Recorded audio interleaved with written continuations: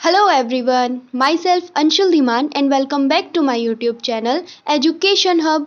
So guys हमेशा की तरह मैं मेरी आज की इस वीडियो में भी एसए का एक most important and unique topic लेकर आई हूँ।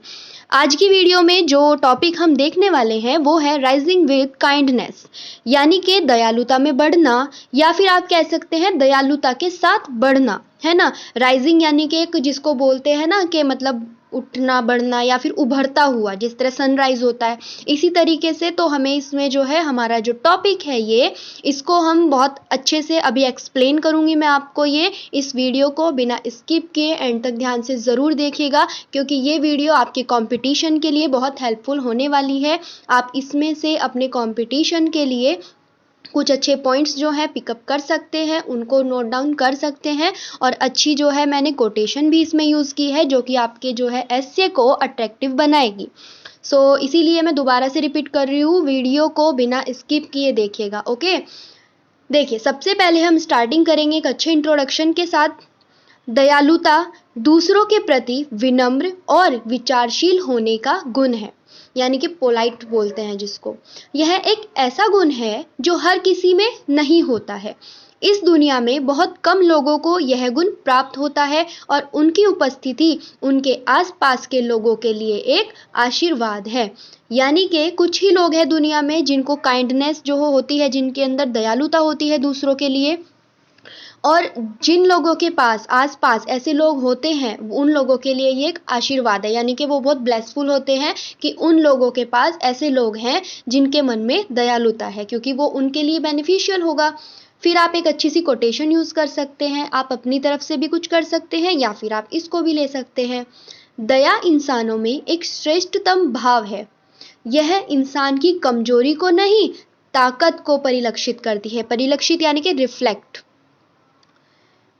फिर आप लिखेंगे, इस बात को कहने में किसी भी प्रकार की हिचकिचाहट नहीं होनी चाहिए कि मनुष्य ने ही मनुष्यों का अहित किया है।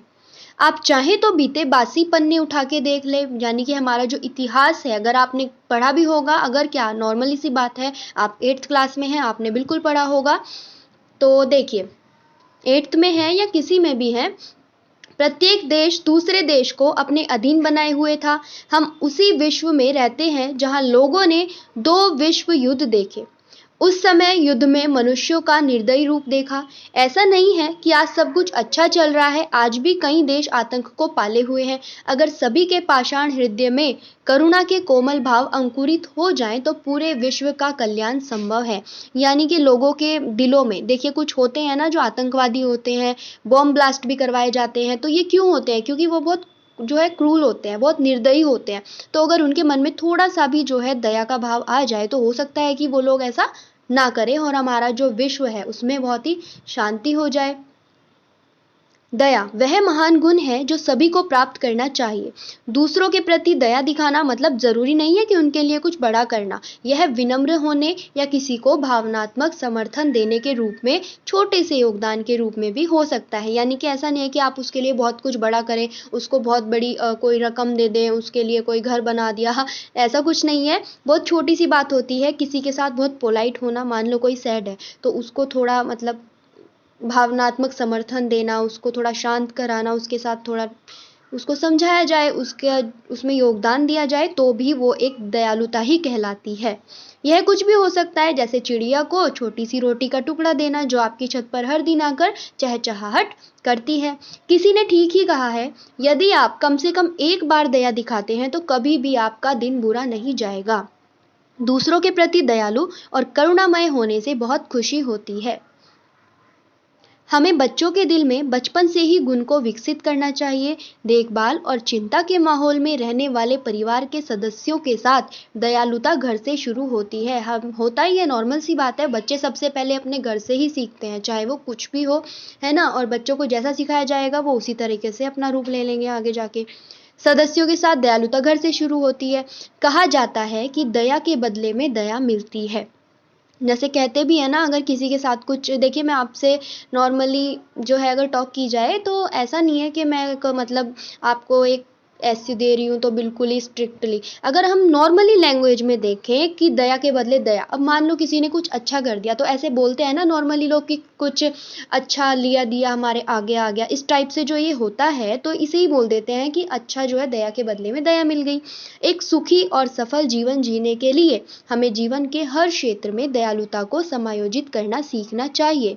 दया ही पूजा है, दया ही धर्म है। यह एक ऐसी चीज है जिसका कभी अंत नहीं हो सकता है। दयालुता वह धूप है जिसमें गुण बढ़ता है। ये लास्ट में आप एक कोटेशन यूज कर सकते हैं। और अब मैं इंपॉर्टेंट पॉइंट बता दूं, अगर आपको ऐसे इंग्लिश में चाहिए तो मैंने ऑलरेडी बहुत टाइम पहले भी आपका जब लास्ट ईयर ये कंपटीशन हुआ था तो भी मैंने आपको आपके टॉपिक्स प्रोवाइड कराए थे इस पर काइंडनेस पे, तो उसमें भी मैंने आपको इंग्लिश में भी एक जो है काइंडनेस पे ऐसे प्रोवाइड कराया हुआ है। और पहले जो मेरा दयालुता वाला ऐसे है उसका लिंक मैं आपको कमेंट बॉक्स में पिनअप कर रही हूँ, तो जल्दी से चेक कर लीजिए। और इसकी अगर आपको पीडीएफ चाहिए तो मेरा इंस्टाग्राम अकाउंट एजुहब विद अंशु के नेम से है, जल्दी से जाके आप सर्च कीजिए, फॉलो कीजिए, मुझे पर्सनली टेक्स्ट करके बताइए आपको इसकी पीडीएफ चाहिए या किसी और कंटेंट की चाहिए, मैं आपको प्रोवाइड करा दूंगी। और अब अगर आपको वीडियो पसंद आ ही गई है so guys please please please hit the like button, channel को सब्सक्राइब करना बिल्कुल मत भूलिएगा। मुझे अपने अंशु को ऐसे ही सपोर्ट करते रहिए जिससे कि मैं भी आपको टाइम टाइम पर ऐसे ही आपके लिए जो इम्पॉर्टेंट टॉपिक्स होता है, कोई भी कंटेंट हो वो आपका, चाहे असाइनमेंट्स हो, वो आपको प्रोवाइड कराती रहूं।